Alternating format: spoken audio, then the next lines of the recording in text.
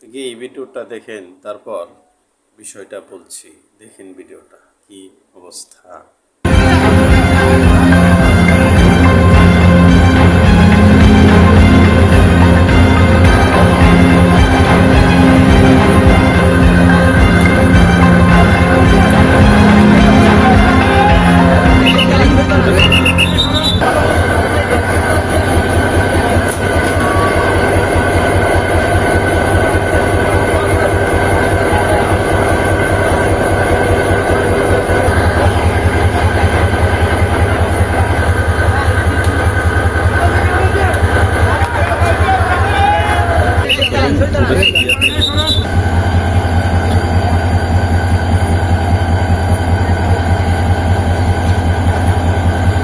নিচে নামলে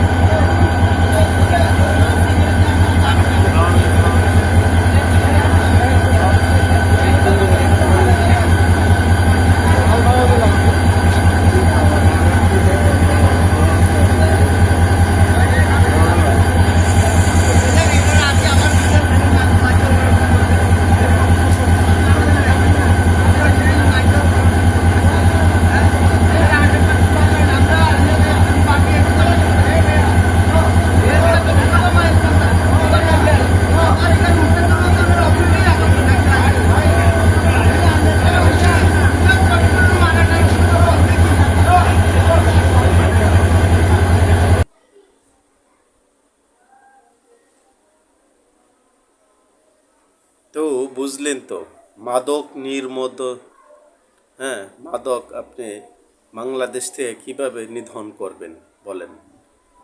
এই যে ট্রেনে করে, ট্রেনের যে পরিচালক আছে, যে ট্রেন চালায়, ড্রাইভার যাকে বলি আমরা, তার বগির ভিতরেই যে তার জায়গা, তার ভিতর থেকে গাজার বস্তা বের করলো ডিবি পুলিশ। কি আশ্চর্য না? চাদুরা। আশ্চর্যজনক হলেও সত্য। বাংলাদেশে মাদক নিধন করা বা সম্ভব আদৌ? কারণ যেখানে যাবেন সেখানেই দুর্নীতি, সেখানেই একই অবস্থা। এই অবস্থা যদি চলতে থাকে আমরা কোথায় যাব? চোরাচালানের মতো চালান হয়ে আসছে এই মাদকগুলো। এইগুলো সারা দেশে ছড়িয়ে যাবে, আর মানুষগুলো নেশাগ্রস্ত হবে, ছোট ছেলে মেয়ে থেকে শুরু করে সবাই। এই থেকে আমাদের পরিহার পেতে হলে আপনাকে সচেতন থাকতে হবে, এবং কি আইনের ব্যবস্থা নিতে হবে, কঠোরভাবে এদের শাস্তি প্রয়োগ করতে হবে। এই চাঁদুদের, এই বাঙালিদের, এই বাঙালিদের, এই যারা এরকম বাঙালি, যারা এরকম জঘন্য কাজ করে মাদকের সাথে জড়িত, তাদেরকে নির্মূল করতে হবে, সেকে অর্থ উপড়ে ফেলতে হবে। ধন্যবাদ জানাই যারা এভাবে চালানগুলো ধরেছে, কিন্তু এর বিচার হবে কি না সেটা দেখার আমরা হয়তো ভাগ্য হবে না, কারণ বিচার ঝুলে থাকবে, আবার মাল দিয়ে বের হয়ে আসবে এরা। আমরা এর বিচার চাই, সুষ্ঠু বিচার চাই, দৃষ্টান্তমূলক শাস্তি চাই। এই গাঁজাখোর যারা এরকম পাচার করছে, গাঁজার বিনিময়ে, অর্থের মালের বিনিময়ে, ট্রেনের পরিচালকের রুম থেকে, যে ট্রেন ড্রাইভার পরিচালক যে গাড়ি চালায়, তার ভিতর থেকে এই মালগুলা বের করা হয়েছে। কাজেই এর সুষ্ঠু তদন্ত করে দৃষ্টান্তমূলক শাস্তি কামনা করি। গাঁজা কোথা থেকে আসলো?